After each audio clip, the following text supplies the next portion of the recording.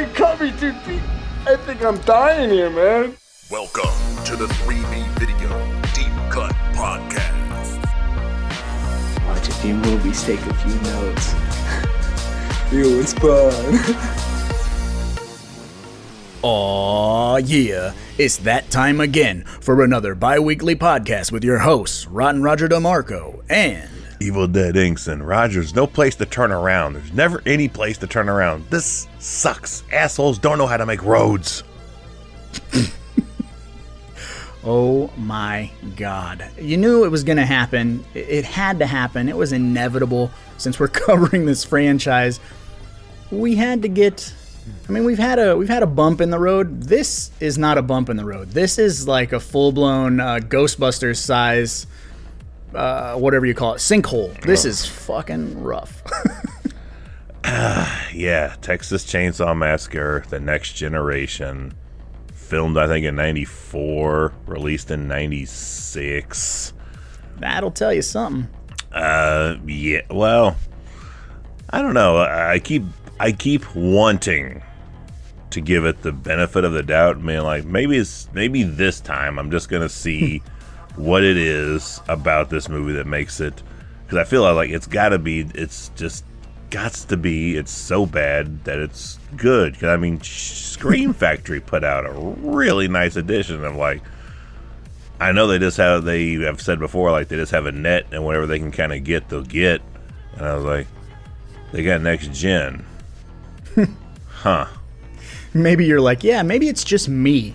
Maybe I need to grow so that I can appreciate this movie. Maybe it was good, and maybe I just need to regress more. Maybe I'm looking too harshly at it. Maybe I just need to lighten up. Maybe I need like a 3-drink minimum and then start the movie. Or like I need to pop an edible or two, wait an hour, and then watch the movie. Maybe it'll do something then. Maybe there's just something there. And there's not. No. As much as, we preach this all the time. I love to say that, like, if you didn't like a movie one time, give it a break, come back to it later, give it its fair shake. And I will go ahead and say, I think you and I have given this movie enough fair shakes. Probably too many fair shakes. And it still happens to be one of those movies where maybe once a year and a half, I'll throw it on because my wife thinks it's hilarious, so she loves it, and I just want to drill like straight through my brain when this movie is on. I just can't do it. We really should have just had her on for this, just to get a fan's perspective explanation.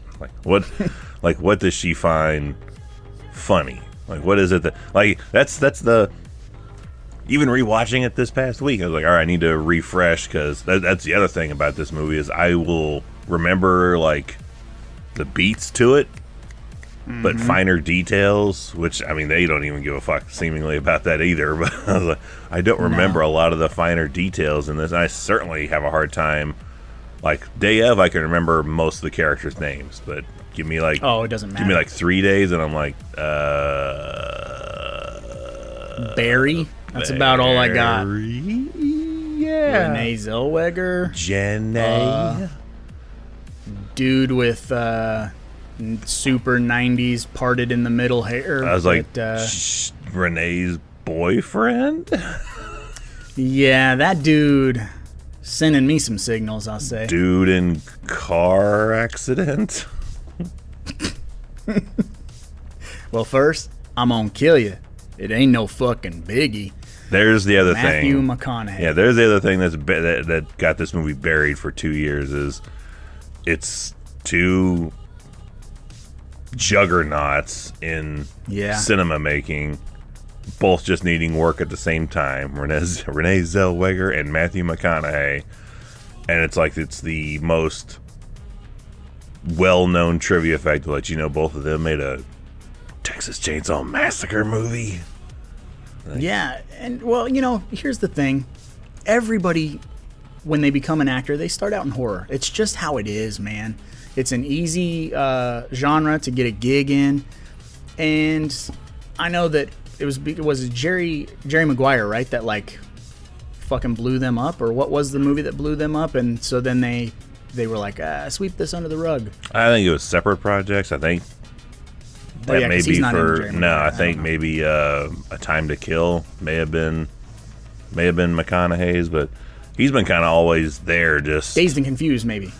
I'm probably. I mean, this movie does do everything. McConaughey. If you watch Matthew McConaughey and everything he ever fucking does, he's pointing at some point in the movie. Mm-hmm. If Brad Pitt's eating all the time, McConaughey is pointing at shit, and he always is, and he does it in this movie. But yeah, like they had both done it, and then it sat on the shelf for a while, and then they're like, all right, we're gonna put this thing out, and then either one or both their agents were like, Oh no. I don't think you should do that. And I think You can't stop them. well, they somehow did. I think they got a super limited theatrical run, and then it was quickly swept away and put onto rentals. Which even at time of rentals, I had no idea who either of them two are. So they were just two more people. I was like, oh, another Texas Chainsaw Massacre. Let's see where they pick up. And oh my gosh. Even like the opening, like they tried to redo Kim Hinkle, one of the key like pillars in the franchise and from the first movie, is back here doing some writing and shit. And even the opening like narration, the scroll reading, the dude just sounds unenthused and uninterested in reading about it. Yeah. Okay, so with part 3, which you and I adore, we feel like in part 3, they went back to some of that gritty stuff that made the first one work, but did it with kind of like this weird 90s flair. And with this movie, it felt like they tried to go back to the well to make it feel like the first movie, but it doesn't have any of that like 90s gore grit or any, like it doesn't have. I don't think it's just missing. It's missing everything. Yeah, I don't think anything about this resembles any movie previously. They try to tell us. It wanted to. They try to tell us in that scroll that like some blips on the radar may have happened, but then silence. I'm guessing that's their explanation for parts 2 and 3, because they just kind of really go I don't know where with the story, because like, well, this is part 4. What are we gonna do? And like, well, that thing of some movies do, like, well, you don't have to watch the other retcon. Yeah, you don't have to watch any movie previously to watch any other movie in this series. Nothing is connected at all except Leatherface. Right. Well, since it's not connected, Evil, do you want to give the good folks out there in internet land just a brief plot synopsis, the best you can, and we'll get going. So it's prom time, or a football game is going on. I think it's the prom, just the It's prom. a dance, but yeah. I saw somebody said it was like there was a football like thing going Which on. would be homecoming, right? At the same time. So I don't know which, but there's a high school dance. Kids get into a like car, have an accident, keep driving, have another accident, then they stop and decide to split up and walk down roads, come across what would be their variation of the Cook with, Miss Davis from Varsity Boobs. Blues.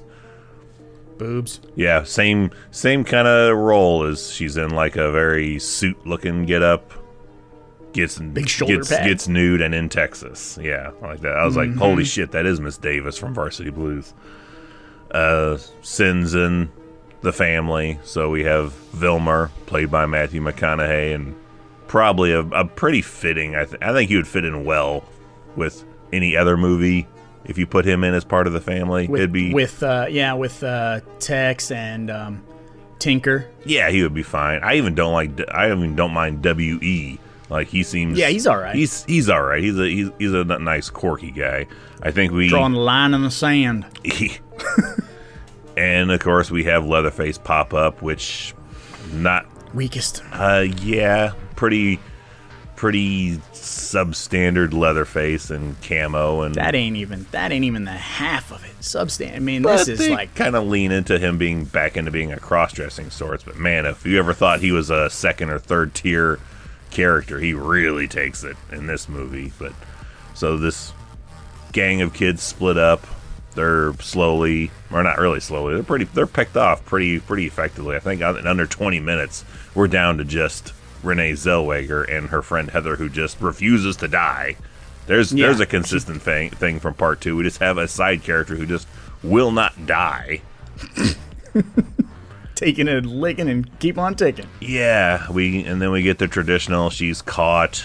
We have kind of a dinner set up, but instead of pizza. Yeah, it's just takeout pizza this time around. And then dude in suit shows up who gives us the impression that like there's an Illuminati presence in this film. It's even like printed on the side of Vilmer's pickup truck. Dude has like 3 rings and a fucked up looking chest on him. When he opens it up, licks Renee Zellweger all across the face. Then he fucks off. Renee Zellweger gets away. Matthew McConaughey's face is cut up by an air propeller blade. And then the limo Illuminati business guy shows back up, takes her to the hospital to where she sees Marilyn Burns getting pushed by on a stretcher from the very first movie. And we get some voiceover from a cop asking what in the hell's going on here. And that's exactly what I was saying. Yeah, it is such a jumbled, weird mess of a movie, right? Like, it feels like they have a bunch of ideas and they just put them all together. Like, it feels rushed. It feels like if they like this is something that should be maybe played out over like 3 movies slowly, but they're like, we gotta fucking move. Like there's even when the girl Heather gets taken into the house and gets put on the hook by Leatherface, straight up from the first one, put back on the hook. We don't see anything of her again until she's all of a sudden in the middle of a dirt road, just laying there. And I'm like, how the fuck she get there? How'd she get off the hook? And are we watching Muck? Yeah, I was like, how? This is one of the movies that you're compelled to look at your phone at parts of it just because of nothing going on. And then if you're paying attention, you felt like you did lose consciousness for a few minutes. And you're like, wait, did I miss? When did she get off the fucking hook? Yeah, no, it's kind of all over the place as far as a Texas Chainsaw Massacre movie goes. And when you were talking about the family members, you kind of hit the nail on the head with Leatherface being like he's like the 3rd tier quarterback, right? Like, yeah, 3rd string quarterback. We'll call you if we need you. And Leatherface has kind of really 1.5 scenes. Yeah. And that's even rewatching it this time, I was like, there we have Renee Zellweger in the truck with McConaughey. She gets out, runs into the woods. It's the middle of the woods. It is not strategic seeming at all. He just backs up and fucking leaves. And then Leatherface just pops out of the woods with the chainsaw and proceeds in the foot chase for a while. Of course, why not? Yeah, there's his big scene. Trailer moment. Yeah, and then he does it again at the very end of the movie when he's in his negligee, wig, and lipstick in the back of the truck, which we get a better, like, shit fit kind of dance at the end. I feel like it's leaning more into shit fit territory than it is, part 2, the fucking Leatherface shimmy thing. The people listening cannot see me shaking my head aggressively. I don't. I tried. It feels like Texas Chainsaw Massacre made on a made-for-TV sci-fi budget. Yeah, like the X-Files budget. I wouldn't even. Texas Chainsaw Massacre. I would say X-Files has a bigger budget. Had a bigger budget than any of these. Like the Leatherface looks so. He doesn't look right. Like, I don't know, something about him being in camo fatigues and like a mullet. Yeah, this curly mullet, a dark hair mullet, and the mask doesn't look great. He doesn't look like a big imposing guy. He looks. And even acts in this movie like Renee Zellweger straight up tells him to shut the fuck up and sit the fuck down, and he does. He's scared.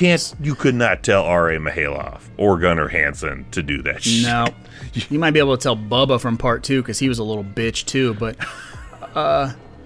yeah, that's my biggest problem with this movie, right? Okay, so all the bullshit aside, all the terrible dance, Timing. the car crashes, the bad. That's crazy. They get into a dialogue. literal car wreck and they just drive away, and no one in the car is like, "Oh shit, we were just in an accident. We just did a hit and run." They just continue conversation as if they didn't just hit a car and take off.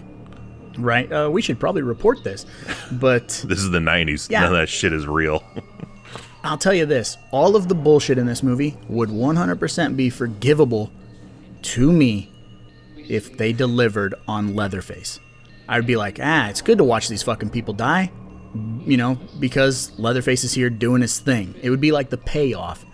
Even though the movie is wretched, if Leatherface was fucking them up, I would give it a pass. But I have the biggest problem ever with the cross-dressing Leatherface. I know, and the argument is he wore the Pretty Woman mask in the first movie. But I just assume in that movie, it feels like he's dressing up for dinner. It doesn't feel, I don't know, it doesn't feel as sissified as it is in this movie. It just feels so weird in this movie, and it bothers me. And like you said, he's a whiny, sniveling baby. So you totally are making him the softest character in the movie, and he's the one you're supposed to be afraid of. And that's the problem. I think it's the guy playing it is trying to reach where Gunnar Hansen may have been. In the aspect of cross-dressing to fill the role of the missing female presence in the family. But I think the guy's really trying to capture the Gunnar Hansen, the mentally challenged, he's fairly just simple, and shit can just frustrate him. But what falls apart is he just is really leaning too much into that. Like when he puts Heather into the freezer that looks more like a storage container than a freezer, but puts her in it and she pops out, and he puts her back in it again and puts. I mean, I guess it's supposed to imply something heavy, but it looks just like a plastic box or something. Like it doesn't look something that's gonna put the weight like. Ari Mihailoff or Gunnar would put a diesel engine on top of this thing. Yeah, an engine block. Yeah, and this thing Sure. this thing just looks like just some plastic garbage thing just puts on. And that's going to wear her down, and he just goes into one of his several screaming into the light things. I think you're just trying a bit too hard for this, where a little bit would go a lot further. Mm-hmm. So yeah, with that's the other thing, is that constant whine that he does. Yeah, Gunnar had a whine or a little quirky. It's almost like a scared puppy thing that Gunnar was doing. This guy is just, and that was only to the other family members. We are, and there's the thing. We are introduced to Leatherface, afraid to disturb this girl sitting on a bench that he's behind. And then when she turns around, he's freaking out as much as she is. I was like, that's where the mistake starts right there. It's that's where he should have just smacked her in the fucking face with a hammer. Yeah, hit her with the fucking hammer, and then maybe freaked out a little bit, where this person come from. Yeah, where did she come from? Why is she here? Kind of thing. But no, it's a scared to do anything as much as she's scared of him kind of thing.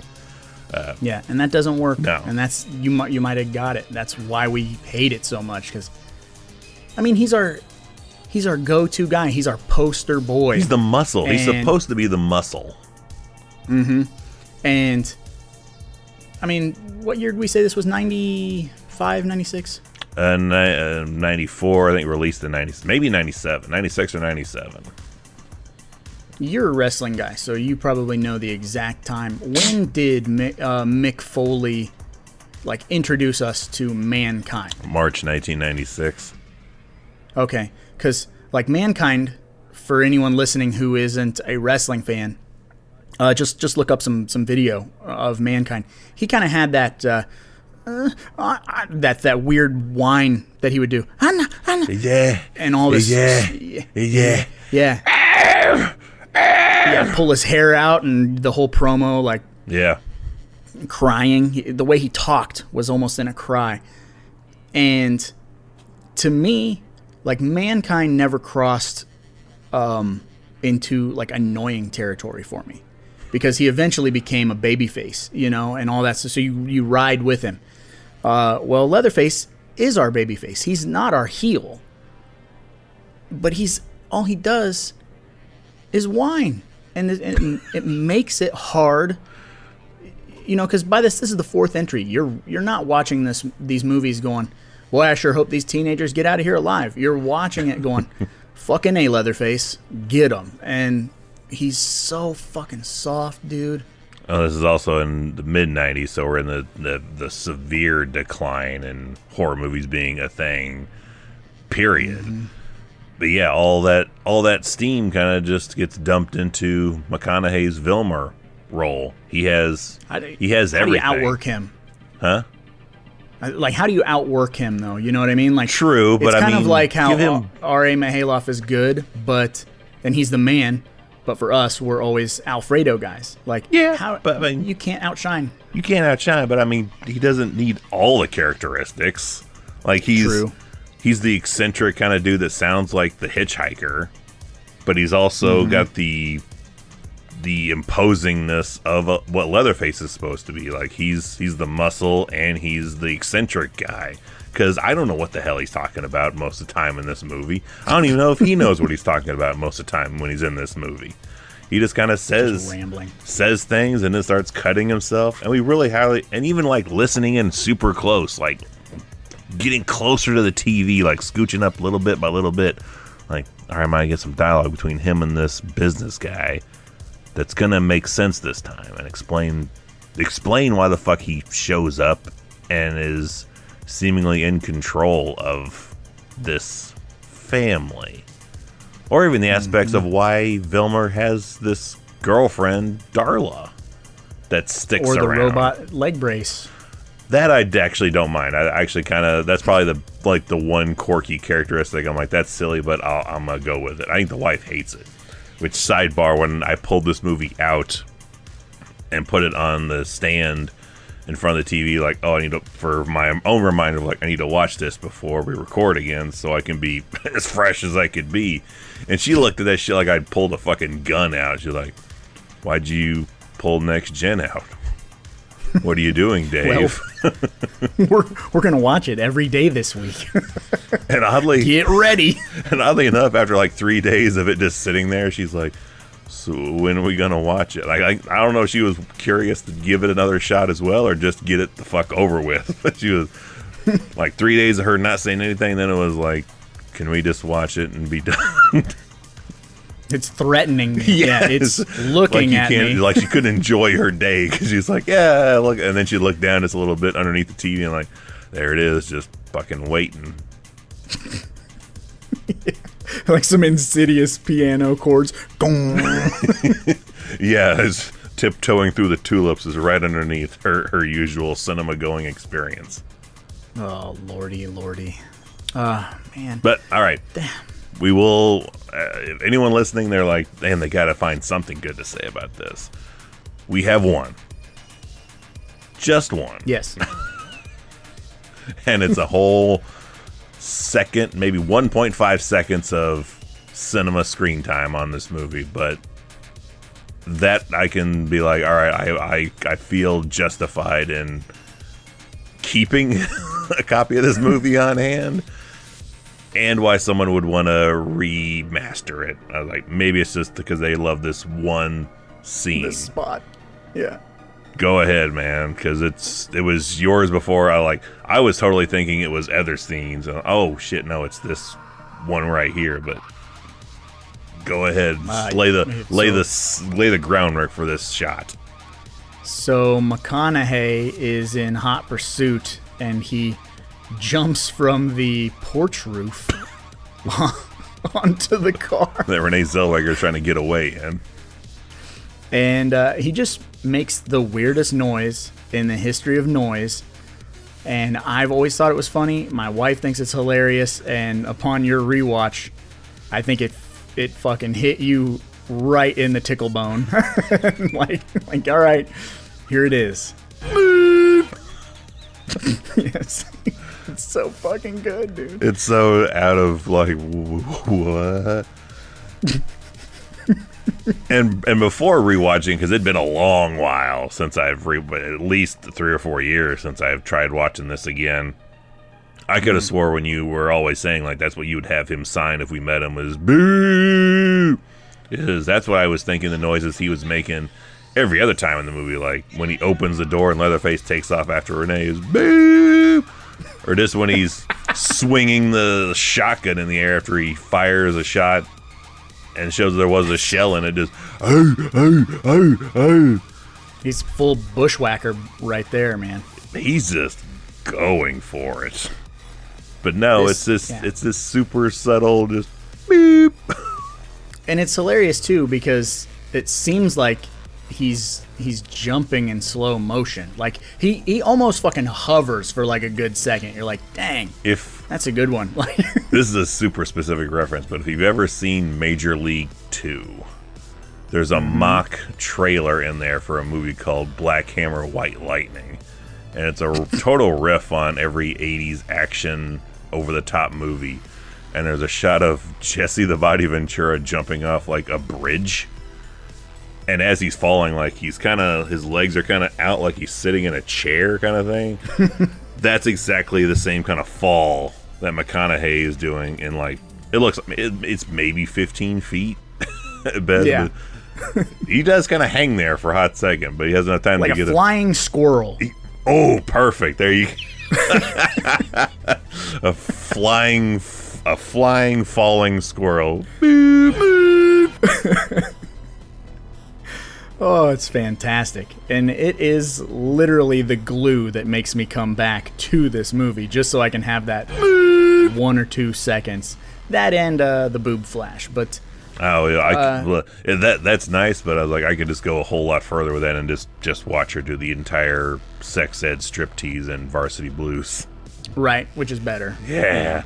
Obviously way better, but that's a weird thing to complain about, but I'm going to a little bit of like, just because it's so out of place. Like the only time I feel exposed breasts fit in a Texas Chainsaw movie is how they use it in another scene in this, when it's part of a full body Ed Gein suit hanging in the closet. That's where I'm like, okay, that's where that feels appropriate. I don't think is there any breastises in the rest of this franchise? Because I sure can't think of one. I think we get close in 3D, but that's still we have undergarments still on. In the Leatherface prequel thing, there's like the girl with all the burns. You see her boobs, but that's just because it's a 2017 movie or whatever, and it's like, and have some sex in here. Just feels out of place. I don't know why it does, but it feels as like, why is that in there? And then the reasoning for it is even less like comprehensive.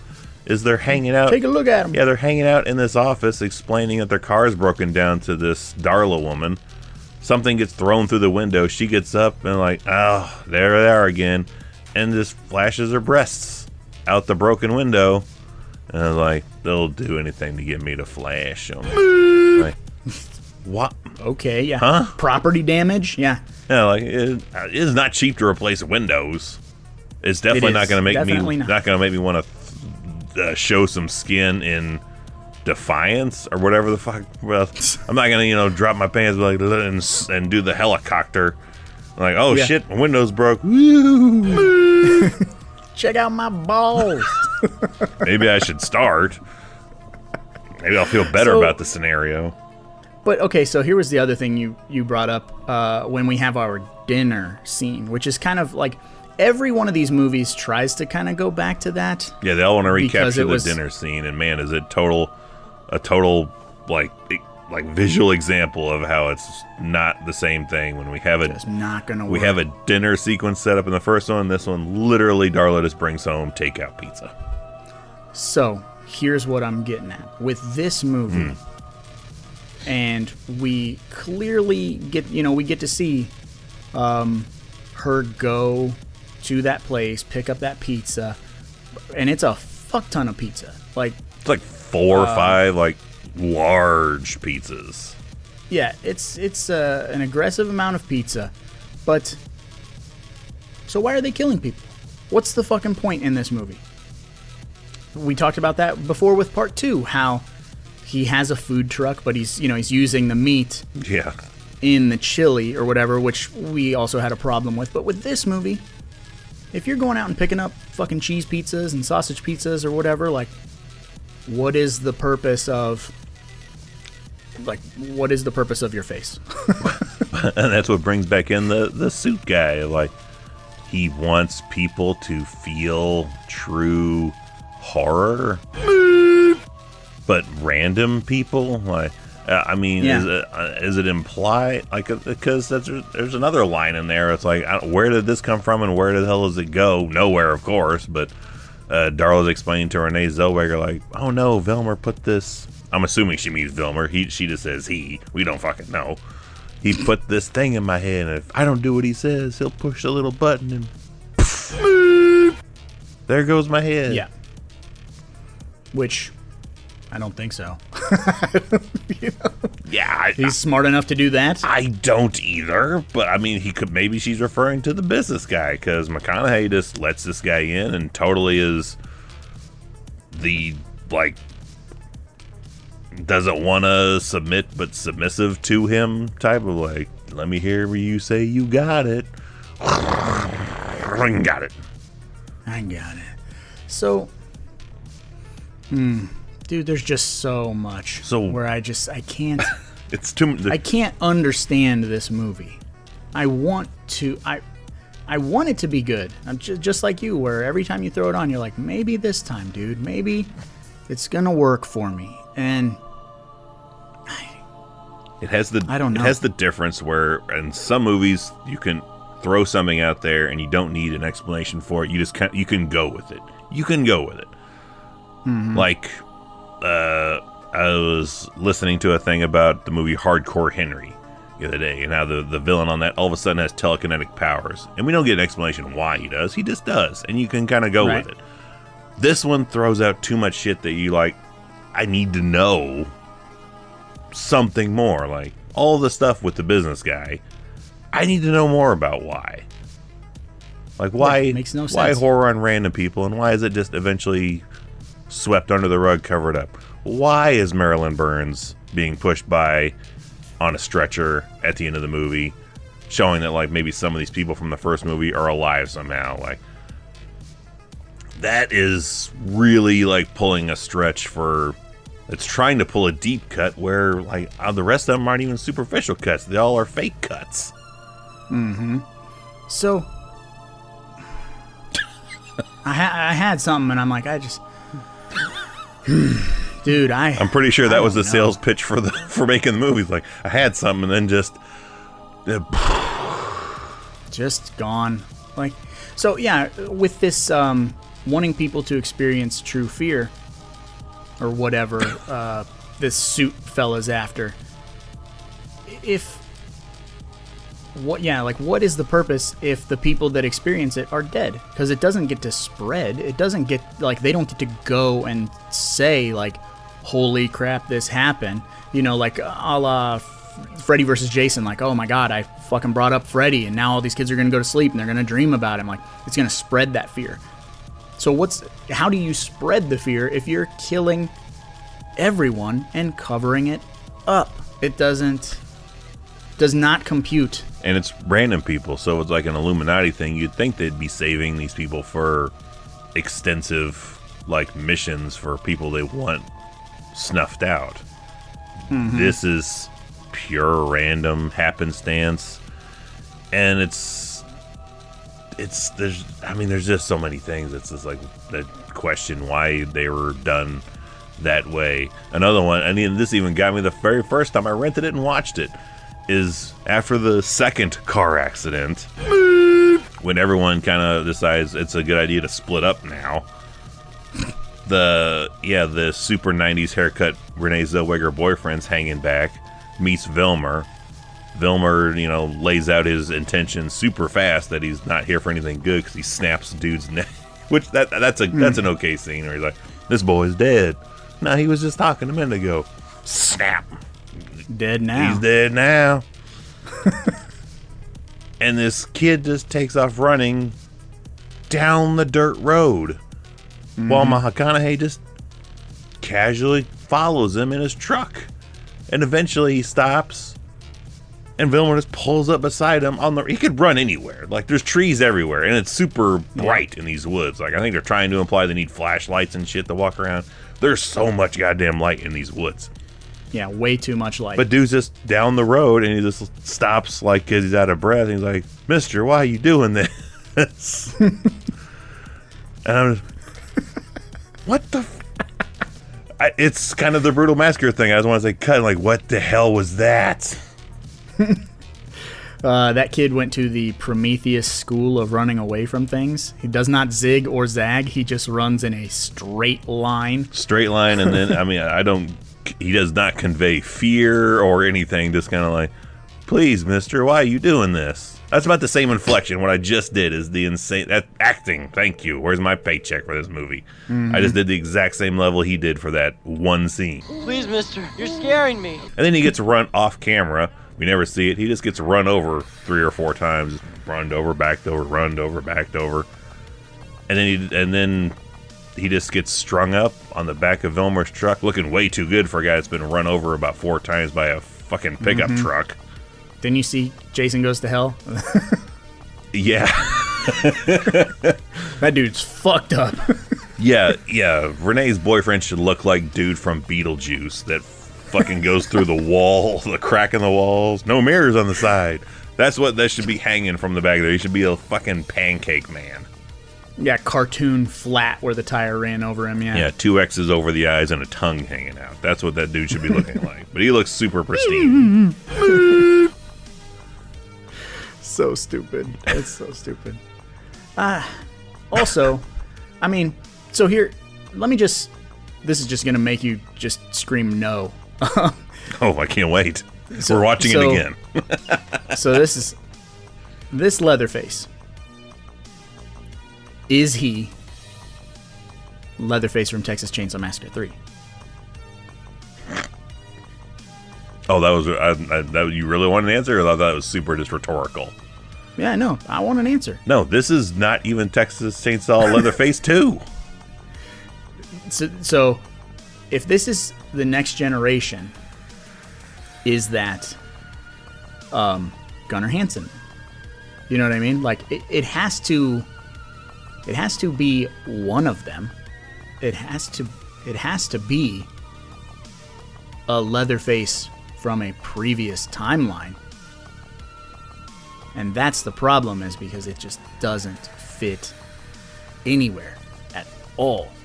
Like, Leatherface is always the constant, and it's always surrounded by new family. Yeah. But it's like he finds a family of fucked up people. So this Leatherface, which one is he supposed to be? I don't know. I think the movie's starting to get into your own brain now. I'm like halfway through here, and then I'm like, the fuck is he talking about? Are we? He has to be one of them. One of what? One of the Leatherfaces from one of the previous films. Oh, like he's trying to portray it. I thought you were like, there's a ripping fucking reality fabric of time thing. Like, no, goddamn, no. Just he's got to be one of the that kind of theory could fit in here as much as anything else fucking could. Right. Oh, because so Gunnar survives. And R.A. Mihailoff survives. Yeah, I guess Bubba from 2 is out because he gets chainsawed in the gut and blown up. Neither. I don't think he's fucking anywhere. Neither. This is the most. So it's a whole new family. Yeah, maybe they're trying. They're trying the thing of like, well, Leatherface has been kind of in the forefront for like these previous 3 movies. Like, it's Leatherface and the family kind of thing. Maybe they were trying to really kind of bring out it's the family and not have one guy, Leatherface, the only one that's always going to live. be the shining star. Like, maybe we kill the shining star this time, and he's actually just dead. And like the side guy is Leatherface now, and he just happens to live, as opposed to, well, of course, everyone else is going to go, and Leatherface is the one that survives, kind of thing. Gotcha. I don't know. So like, the other Texas Chainsaw Massacre movies are like The Cosby Show, and this one is like a different world. It's the spin-off. Maybe. Which, unrelated, but I mean, it fits as well as anything in this fucking movie. Another aspect I wanted to bring in and ask you about is two scenes tied together slightly, in my mind anyway. At one point when Renee Zellweger is on the run from Leatherface, she goes into an upstairs room, and there's the cop in the corner. Mm-hmm. But it looks like it's clearly a dude in a cop uniform, but like he has gray skin. So is he a mannequin, or is he a corpse that's in a standing position in a cop suit? The fuck is that? Yeah, I just. What do you think that is? Because I know I don't think there is a definite answer on what that is. Right, it's just rigor mortis. It's just he's a decoration, I guess. I don't know, because I'm like, that's a dude there, and like, that's clearly a dude standing there in a cop uniform, but he doesn't move. And then to tie it into the other scene is during the quote unquote dinner pizza sequence, we have a whole litany of family members that are gray corpses sitting at the table, and I'm guessing it's their attempt at humor. At one point, a dude that's going to be like, I mean, he's the youngest grandfather by far in the series, just stands up at one point and walks away from the table. Zero expert. WE is talking to this guy nonstop at the dinner sequence, and you think he's just talking to a corpse. Like, everyone here is dead. Like, what is he? What is? They're like, he's clearly insane. But then the dude just stands up and walks away. I got no explanation for that, dude. I have nothing. And there's the movie in a nutshell. Like, who's I? Like, I feel like that's totally Kim Hinkle being like, that's funny. Like, we're gonna inject a little bit of humor here. Like, what if he just gets up and walks away? Sure. And then you had like 60 guys on set go, yeah, cool. Yeah. Like, I just don't know, man. And again, we have Heather, the unkillable character from part 2, come back. Where Heather the Unkillable, that's a fucking perfect like superhero she name. is. She's a total airhead ditzy. Her voice is just bizarre. Like, she just sounds strange.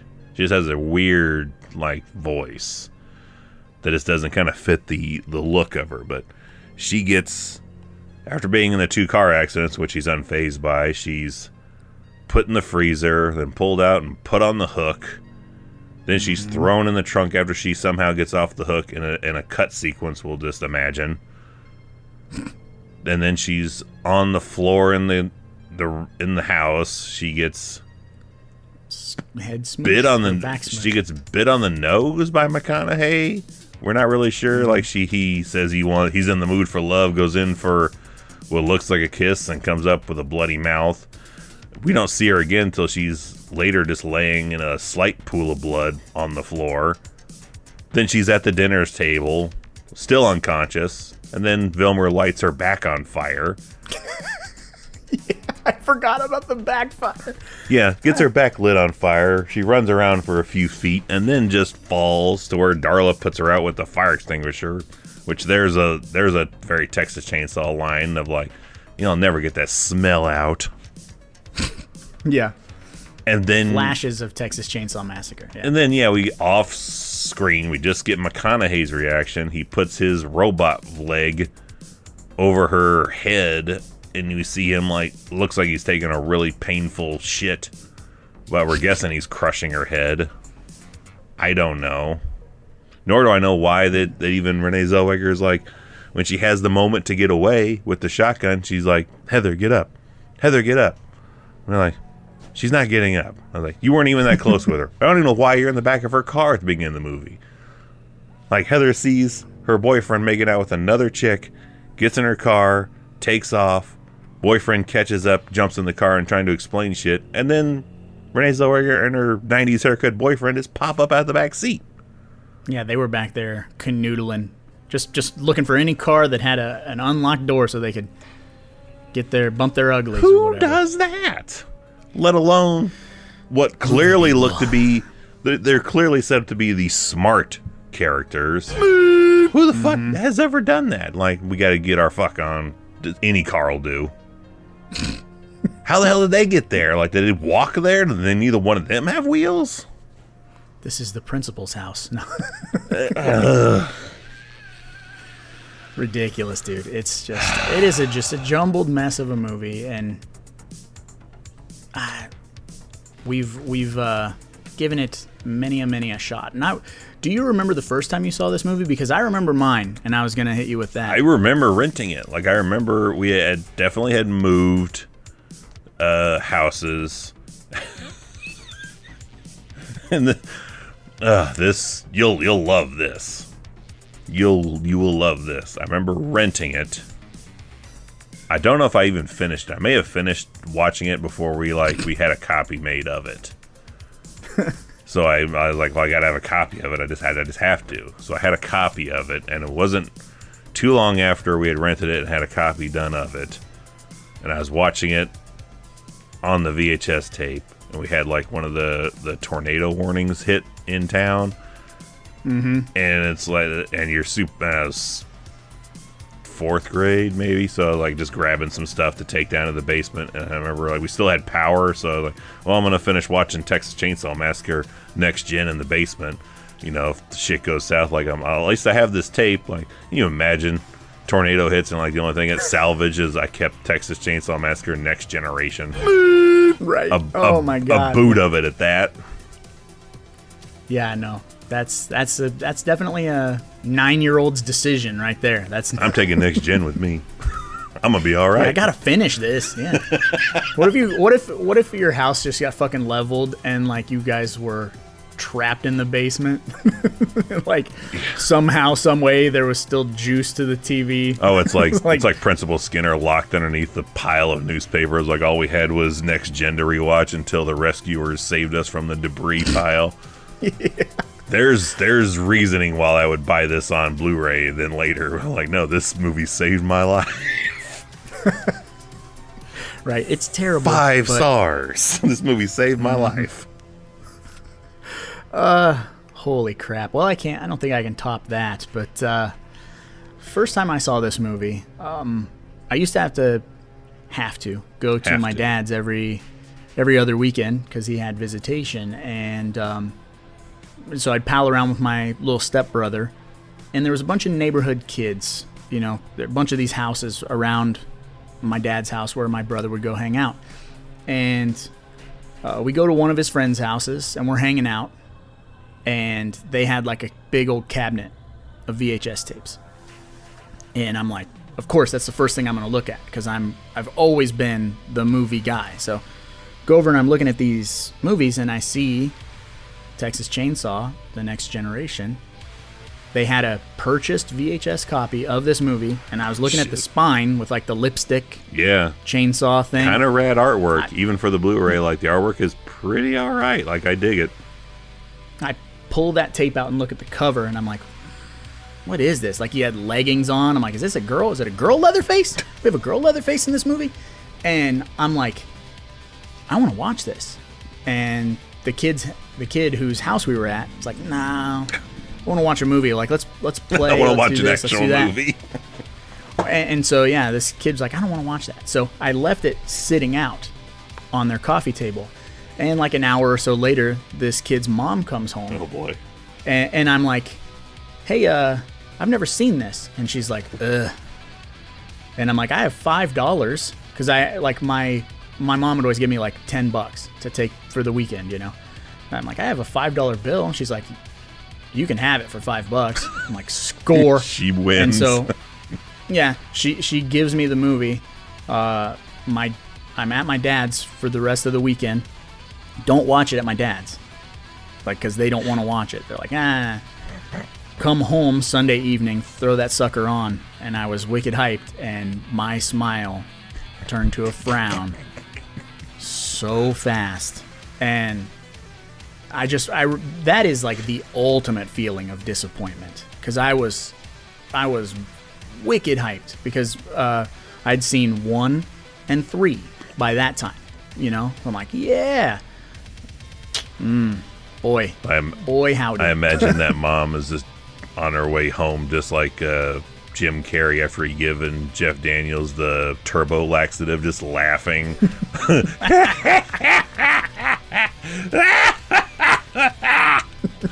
Just waving her $5 bill in the air. Going to McDonald's and getting like 10 double cheeseburgers, because it was like, it was so long ago. Yeah. Yep. She wins the day right there. Yeah. I got duped. I've never seen this. Oh, please take it, please. He's gonna pay me to get this take out it. of here. You know, free up some space on my shelf. Yeah, I needed a new doorstop, so this took the place of it for the time being. Yeah, good times. I don't really have anything else that I want to contribute to this conversation. Well, that's fine, because we can go ahead and go into more people who hate this fucking movie as much as anyone else does. This time for them Amazon 1-star reviews.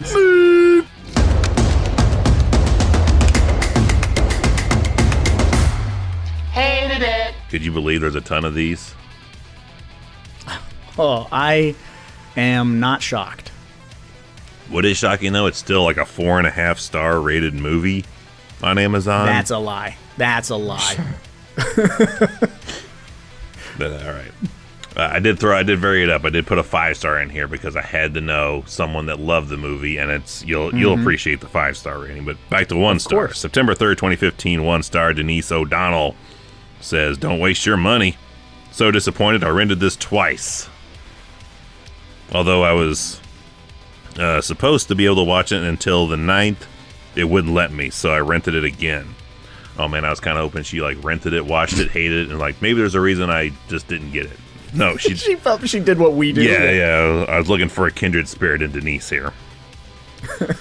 Couldn't find Can't believe I paid for this movie once, let alone twice. I love Renee Z, so I wanted to see it. I wouldn't recommend this to anyone. I can't imagine someone on that. Like, I rented it, missed my fucking opportunity, time window. But I'm a huge Renee Zellweger fan. I got to see this. She doesn't even look like Renee Zellweger in this movie. I mean, she did. She doesn't look like that no more. She doesn't even look like Renee Zellweger. You used to be now. my girl. You ain't my girl no more. You're not my Renee no more. Way down in Tupelo. Now you go down below. See, if we just had Alfredo in this movie, even if as bug nuts bonkers as it is, I would have loved it if we just had that. The Alfredo Files. Nirvana, the whole band. April 16th, 2013, 1-star. Wow. This is just awful. As a hardcore TCM fan, I absolutely can't stand to watch this. I spent the whole movie just shaking my head. Do not waste your time or money, not even if you are a hardcore TCM fan. Just awful. Not even if there's a fire. I'm not gonna watch TCM, even if all of my movies are on fire. Alexandra, March 19th, 2021, 1-star. Horrible movie with a laughing emoji. Nice. William Conway, February 18th, 2021, 1-star. Worst movie I've ever seen. This movie makes Battlefield Earth look watchable. Hey, sidebar to that. Scientology, the movie. Not gonna come as a shock to you, I don't think, but my wife also likes Battlefield Earth. I'm seeing a pattern here. Yeah, bad movies. I'm a Walking Corpse on June 11th, 2011 says 1-star. I felt violated. Join the club. I felt violated after watching this. I dislike this movie. I dislike the fact that there are some X-Files nonsense to this one. Ooh, there he goes, X-Files. Mm-hmm. No wonder they had this shelved for a year and a half. I was robbed of 90 minutes of my life because of this movie. Don't ever watch this movie. Do not. Uncle Chino. August 25th, 2009, 1 star. Leatherface is a tranny? This movie sucks so bad that it is unbelievable. Matthew McConaughey is so over the top and so horrible that it makes you want to spew vomit out of your nose and every orifice. Wow. Renee Zellweger is just as cute as can be, but she also is in this turd, and it is bad that if it had Brando, De Niro, Ingrid Bergman, and John Wayne in it, it would still suck. Leatherface is, I guess, a tranny? Leatherface is a tranny? What the hell? This is stupid. Who cares? Don't watch it. Don't buy it. It's awful. Don't watch it. Don't buy it. Yeah, I like that he's almost like he's figuring shit out in his own head as he's typing it. He's typing it as he's thinking it, like, Leatherface is a tranny. Leatherface is a tranny? What the heck? This is stupid. Don't buy this. Put that don't watch it, don't buy it, it's awful on the cover. Yeah. And I probably would end up buying it because I'd be wrap it in a garbage "That's bag and then put barbed wire around it and bury it underneath a bunch of dead cats. Yeah, I don't know if you've noticed, but ever since we bought this movie, everything has been getting worse. Everything's not fine. Sidebar, if anyone is interested, my copy is a bare bones DVD that I got for $4, which I paid. So I paid $1 less than you did for the disc, and that's Nice. as far as I'm ever going to go with it.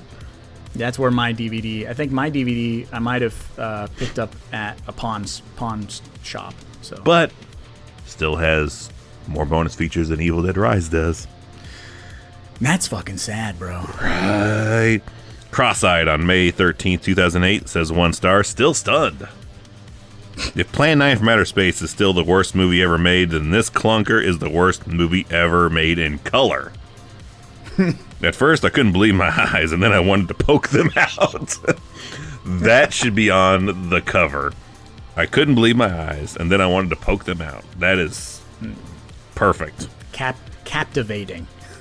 Yes, that encapsulates the entire 90-minute journey you're going to take of wherever the hell you go. Yeah, it is a rough journey. D.L. Young, July 31st, 2008. 1 star. Dumber Than Dumb. Seen a lot of horror flicks. This isn't one that I would recommend. Very typical events. The acting was okay. That's a stretch.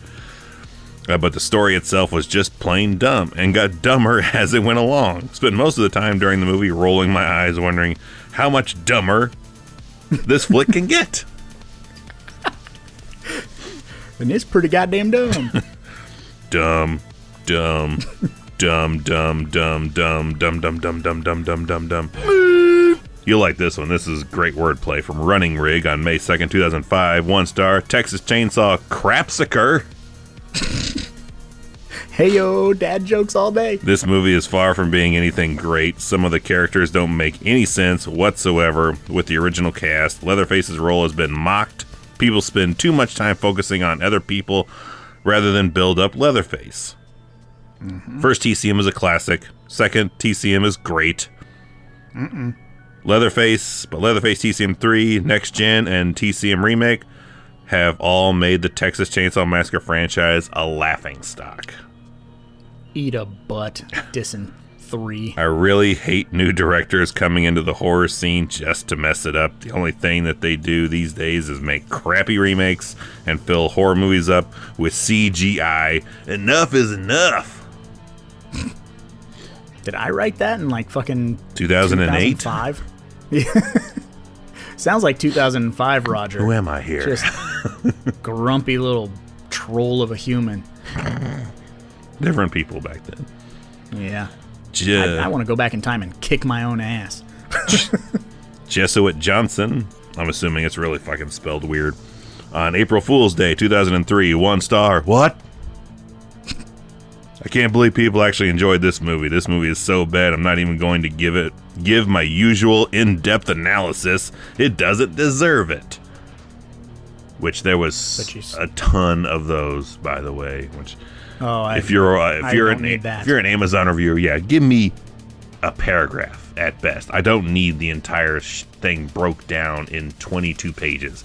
As soon as I even start seeing it's like more than 3 paragraphs, I'm like, I'm not reading this shit. Give me like 1 or 2 really snappy sentences. Yeah. That just express how much you hate it Yes. or like it. Yes. All this, like, I don't need the entire, it's like they just put the whole script up there. Like, who's reading this? Who is reading the entire plot synopsis in fine detail on Amazon reviews? You can't even get people to watch a 10-minute video. So. But like, I'm going to spend 40 minutes reading this one review for it and then decide whether or not I find it helpful or not. All right, so I just had to, after all that, be like, 4.5 star rating. Who are these people? Someone out there loves this movie. I gotta hear at least one of their explanations why. A 4.5 star rating. Overall. Almost. Okay, I was gonna say. Yeah, if you look if you look next gen, it is 4.5 star rating overall. Overwhelmingly in the 5-star categories. Yeah. I don't. So I had to know. I don't get it. So I had to hear what one of them had to say, and I feel this is perfect. This is the most perfect fitting 5-star review for this movie. From Linda Lee. October 29th, 2022. 5 stars. I'm embarrassed by this. I'm embarrassed to admit I've watched it. I can imagine the embarrassment of having been in it. Beyond stupid and lame. 5 stars. That's it. Oh my god. That's, yeah. Well, and then just like one sentence at the end, like, but I had to have it. Because that's the sickness that we all have. 3 words. I'm a completionist. I can't stop. Actually, I have. I broke you. I have. You and Halloween Ends broke me. So, but that's not to say someone's gonna not buy me a $5 DVD of it for Christmas or some dumb shit. So, I'm taking all the credit. I'm not giving. Halloween Ends is rough, but I'm taking all the credit. I'm like, you don't have to buy this. You don't have to do it. Like, why are you gonna spend $20 to be angry? Angrier. Yeah, because I'm an angry man. Like, where else in life logic does that make sense? So, like, are you happy? No, I'm pissed. Give me $20. All right. How you feel now? Worse. $20 poorer. Well, I suppose now that we're done with the Amazon 1-star reviews, Evil, what does that mean? Jesus Christ. Talk about it in even the most unenviable part of the entire show. It's time to play the game? It's time to play the game. Time to play the game! It's all about the game, and how you play it. You get to run out with the wrong crowd, wind up in the reformatory, no respect, no discipline, that's a problem. Family values are going straight to hell. Boop. We are going straight to hell. Boop. Boop. That's a Miller Lite burp right there. Shit. Too much burp. We are going to hell because we have to pick a prop. But if you're new here, welcome. Sorry. You're probably asking yourself, what is the game? Well, the game is a deep cut in and of itself where you got to pick a prop from the movie that we are covering, but it can't be a well-known prop. So since we're covering Texas Chainsaw Massacre: The Next Generation, I'll just say, can't have Leatherface's mask, can't have his camo jacket, who the fuck can't have wants his it? chainsaw, because those are just low-hanging fruit and super easy. So you have to suffer like we have to suffer. You have to pick something odd from this movie that will be in your collection for the rest of your life. Let us know on Discord. Let us know on the comments on this podcast. Let us know on Patreon. Let us know on Facebook, YouTube, wherever you can find us. Oh boy. I really only have one. Okay, all right. I make it What you got? because I I don't like this movie. Obviously.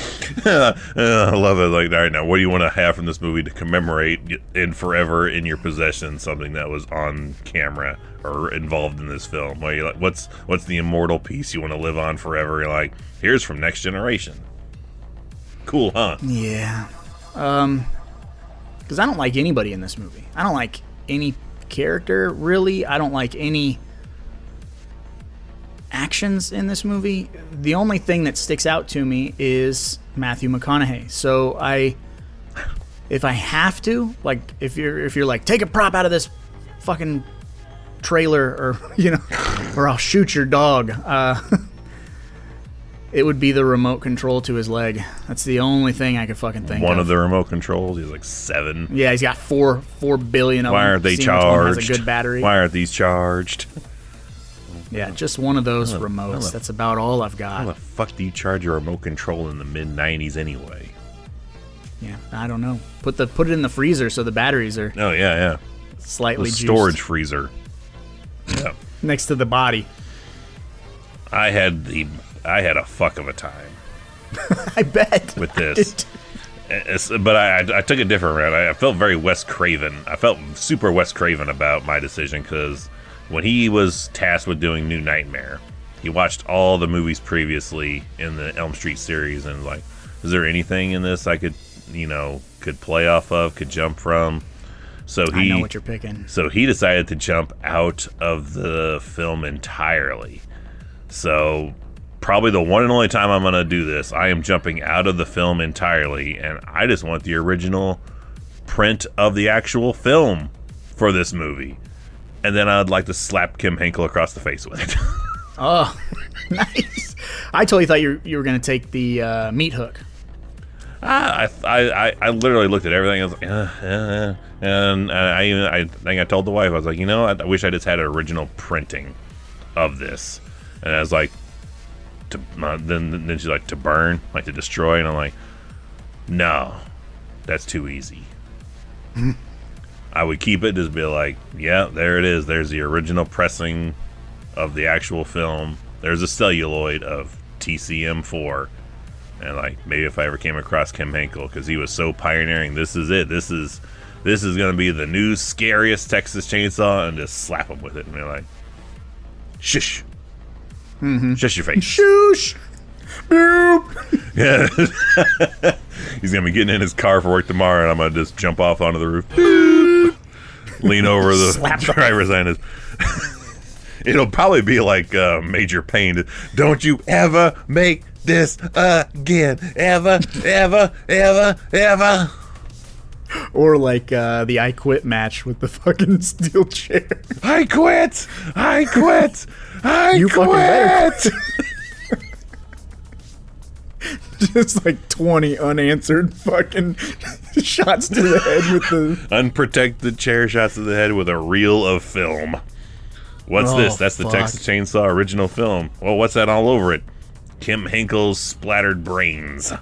and then you hold him down and cut his fucking ponytail off. Does he still have the ponytail? I don't know. Probably bald now, but you take the source of his power. If his power is That's his power source. is in used his to make hair. Next Generation, it ain't much power. I would probably give him a fair shake, though. I'd be like, all right, explain yourself. And then as soon as I started not liking what he was saying, then I would start the slapping. They'd be like Reservoir Dogs. I would have him duct taped to a chair and then be like dancing around with a can of gas, like, explain yourself. But it doesn't matter what you say, because I'm still going to torture you anyway. I'm just pouring gasoline over the reel of film and just spreading it out around him, just wrapping him in it like a goddamn Christmas tree. Yep.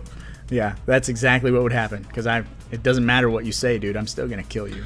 I'm gonna see if still made this. I'm gonna movie. see if you burn shit, because that's what I have here in my hand. A reel of shit. I feel so bad. There's bound to be someone that's listening to this, or just in general, that actually likes this movie. And I do want to say at least this: we do not bash movies often. It's something that we try to stay away from. We're fairly positive people, and it's really hard to look down your nose at a crew of people getting together, making something, because that's spectacular that it even exists. It's awesome that it can be created and it exists in the world and you can buy it and it's there for you to enjoy or dislike. But that being said, this movie just isn't a Texas Chainsaw Massacre movie to me, and it's super rough around the edges, and I can't help it. So I had to say what bothers me about it, but I respect it. Just don't like it. And I'm in the boat of like, some of the shows I listen to, pods I hear, I will purposely seek out ones that are like they're going to hate the movie that I love. Mm-hmm. Just to so hear, you can have that alternate perspective, yeah. Yeah, just to just to hear how the other side feels about things. Like I know a few of my pods have done franchises and have done they've done the Elm Streets, and I'm like, oh, I hope. And then there's times I go in, I'm like, I hope they fucking hate it. Like even when partners of the show, Cult 45 podcast, covered the Elm Street series for the first time, I was like, oh, I still remember one of them getting word. They're like, oh, they just get better after 3. And I was like, I don't know who told them that, but I was like, that is not the popular consensus. And I definitely feel they're going to start hating them more and more and more, particularly by the time they get to 5 and 6. Oh yeah, 6 is the killer. And and they were pretty rough on some spots in the whole franchise. And I'm like, you know what? It doesn't make me hate them in any way. If anything, I love them more. Like, yeah, tell me more about this stuff. I'm almost sadistic about it. Like, yeah, now slap me in the face and call me a bitch. Tell me the Elm Street series is garbage.